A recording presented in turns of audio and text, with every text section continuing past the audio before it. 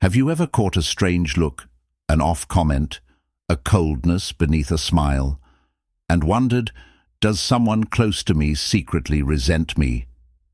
That moment when something doesn't feel right, when the words say one thing but everything else, the tone, the eyes, the energy, tells a completely different story.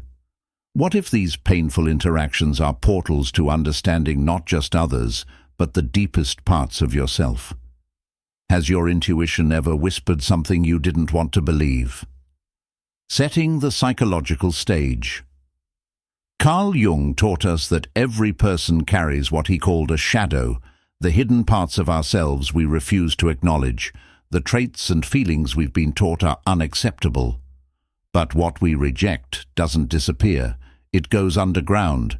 It operates without our awareness. That's why shadows don't stay silent. They leak out, in sarcasm that cuts deeper than it should, in subtle sabotage of others' success, in silent competitions we never agreed to play. Jung wrote, "Everything that irritates us about others can lead us to an understanding of ourselves." Today, we'll examine how to recognize when someone's shadow is directed at you, and how to use that awareness to heal wounds you might not even know you carry. The journey begins. 5 signs. Someone secretly resents you. 1. Sarcasm that cuts. Well, aren't you special? I guess some of us just have all the luck. Forced laugh. Sarcasm, but not the playful kind that builds bonds. This is the kind that bruises without leaving a mark. This is passive aggression, indirect expressions of hostility. The speaker releases their negativity while maintaining deniability. If you react, they can easily say, "I was just joking, why are you so sensitive?" Notice the patterns. Do their jokes consistently target your achievements or vulnerabilities? Does their laughter feel hollow, their smile never quite reaching their eyes? Jungian psychology suggests this behavior stems from someone's inability to face their own feelings of inadequacy. Rather than acknowledge their envy, they project it outward in cutting remarks disguised as humor. Have you ever felt the slap behind the smile? 2. Hidden sabotage. I'm just trying to protect you. Maybe that opportunity is a bit ambitious for where you are right now. I wouldn't want to see you get hurt. Some advice is a Trojan horse. It appears to be helpful guidance from someone who cares, but once you let it in, you discover it's filled with doubt and subtle discouragement. These interventions consistently lead to one outcome. They diminish your sense of possibility. They create doubt where there was determination. Jung noted that people often project their own limitations onto others. If someone has given up on their own dreams, they may unconsciously work to ensure others don't surpass them. True support leaves you feeling expanded, even when addressing challenges.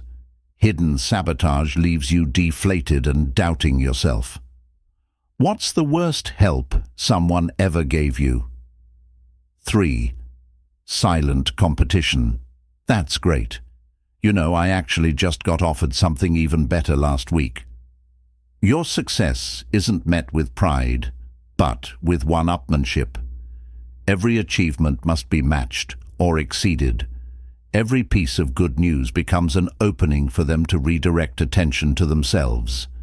This is comparitis, the constant need to compare and compete. But what makes it toxic? It's one-sided. You never agreed to this competition. Jung observed that unacknowledged inferiority feelings trigger this behavior. Rather than face their insecurities, the person establishes a silent hierarchy where they must always be superior. Notice these patterns. Do they immediately shift conversations about your successes back to themselves? Do they downplay your achievements while amplifying their own? Have you ever noticed someone competing with you when you least expected it? 4. Fake support in big moments. True friends shine when you rise. Fake ones dim. Watch for those who can't fully show up in your moments of triumph. Their congratulations come with qualifiers. Their smiles don't reach their eyes. Their body language reveals the tension their words try to hide. Jung would recognize this as projection of the person's disowned ambition.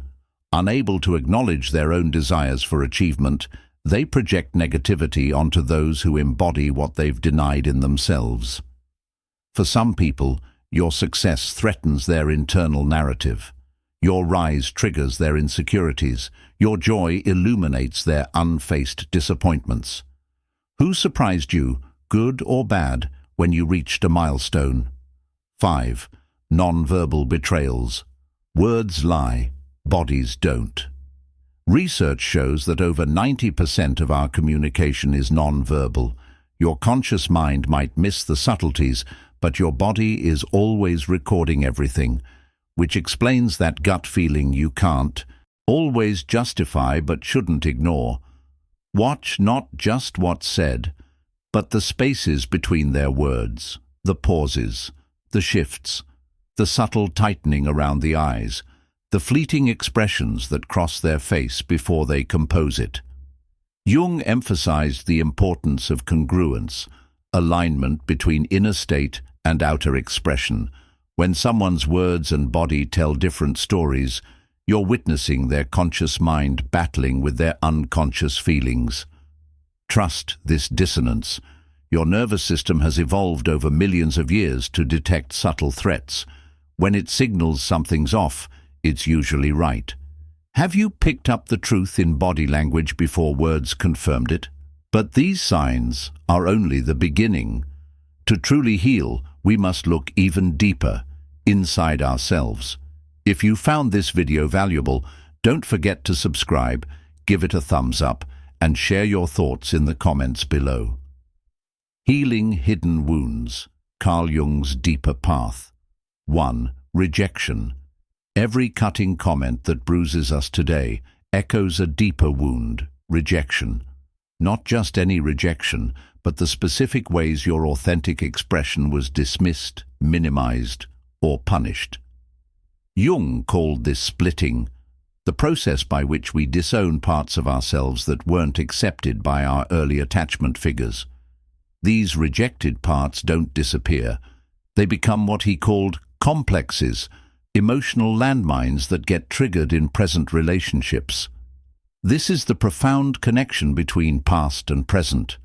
The ways you're sensitive to rejection now reveal the specific ways you were wounded then. But here's the transformation. When you recognize this pattern, you gain the power to break it. You can finally see that your reaction isn't just about the present moment. It's your past wound speaking through your present experience. Ask yourself, what parts of your authentic self did you learn to hide? Your emotions, your needs, your achievements, your struggles. Have you ever hidden a part of yourself because of someone else's rejection? 2. Abandonment. Sometimes the deepest loneliness isn't being alone. It's being unseen beside those who should have loved us most. Abandonment comes in many forms. There's physical abandonment, being left. But often more damaging is emotional abandonment, being present but unavailable. This wound teaches us that connection is unreliable, that people leave, physically or emotionally, when we need them most. Jung observed that this wound creates what he called a complex around intimacy and trust. Part of you longs for deep connection, while another part expects and even creates the very rejection or abandonment you fear most. This is why you might find yourself drawn to emotionally unavailable people, why you might sabotage relationships when they get too close, why you might keep parts of yourself hidden even from those who've earned your trust. Has abandonment shaped how you trust today? 3. Shame. Shame whispers, not that you made a mistake, but that you are a mistake. This is the most profound and damaging wound of all, the belief that something is fundamentally wrong with who you are, not with what you did, but with your very being. Jung distinguished between healthy guilt, I did something wrong, and toxic shame, I am wrong. Guilt can be resolved through amends and growth. Shame, left unaddressed, becomes an identity. This wound manifests in perfectionism, trying to earn the acceptance you don't believe you inherently deserve. In people-pleasing, attempting to justify your existence through service to others. In self-sabotage, fulfilling the prophecy that you don't deserve good things. But shame cannot survive exposure to compassionate awareness. What feels unbearable alone becomes manageable when shared with understanding witnesses. Have you ever fought the voice that said you weren't enough? 4. Betrayal. Betrayal by those we love fractures something sacred. It teaches us that trust is dangerous, connection deadly. That vulnerability will be weaponized. But Jung showed us, walls keep pain out, but they keep love out too. In defending against potential hurt, we guarantee a different kind of suffering, the isolation of the perpetually guarded heart. The betrayal wound manifests in constant vigilance, in reading between lines that don't need reading, in finding threat in neutral situations. But betrayal also offers a profound teaching, the opportunity to develop discernment rather than distrust, to learn the difference between warranted skepticism and paralyzing suspicion. Most importantly, betrayal invites us to the most courageous act possible, to trust again, selectively and wisely, despite having been hurt. Are you still guarding a wound that needs to heal? Here's the transformation. Your wounds are not your shame, they are your story. Not your dead ends, but your beginnings. Not your weaknesses, but the birthplace of your greatest strengths. Carl Jung called this the wounded healer. He recognized that those who have faced and integrated their own suffering develop unique capacities for empathy, wisdom, and genuine connection. Those who've experienced rejection develop powerful capacities for acceptance. Those who've known abandonment often create communities where everyone belongs. Those who've carried shame become channels of compassion that dissolve others' self-judgment. This is the alchemical promise of shadow work. What has hurt you most may become what helps others most, if you have the courage to transform your wounds rather than transmit them. The parts of you that were rejected hold gifts the world desperately needs. Your sensitivity isn't weakness. It's radar for truth in a world of masks. Your intensity isn't too much. It's passion in a world of apathy. What lesson has your pain taught you that you wouldn't trade for anything? The parts of you that were rejected, abandoned, shamed, betrayed were never broken. They were simply waiting for you to listen, to reclaim, to integrate.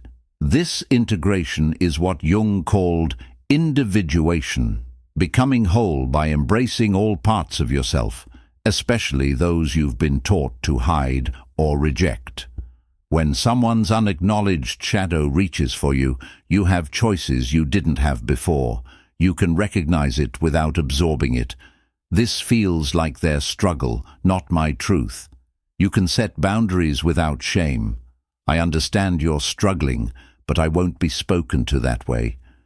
You can respond with compassion without enabling. I see your pain, and I also need to protect my peace. You can examine what's being triggered in you. What old wound of mine is being touched by this interaction? Most importantly, you can use these challenging dynamics as catalysts for your own integration. Which part of yourself are you ready to reclaim today? The shadows others cast are real. The wounds they touch are deep, but your light is stronger. Carl Jung wrote, "I am not what happened to me. I am what I choose to become." Today you've reclaimed that choice. Remember, the most beautiful thing about shadows is that they cannot exist without light. Your capacity to recognize darkness, in others and in yourself, is proof of the light you already carry. The parts of you that have been hurt hold the potential for your greatest healing. The pieces you've hidden contain your most powerful gifts, and the light within you is always stronger than any shadow you'll encounter. I'd love to hear what resonated most deeply with you from our journey today. What insight will you carry forward? Next time, we'll explore how understanding these wounds can transform not just you, but every relationship you touch. Subscribe and walk this journey with us. If you found this video valuable, don't forget to subscribe, give it a thumbs up, and share your thoughts in the comments below.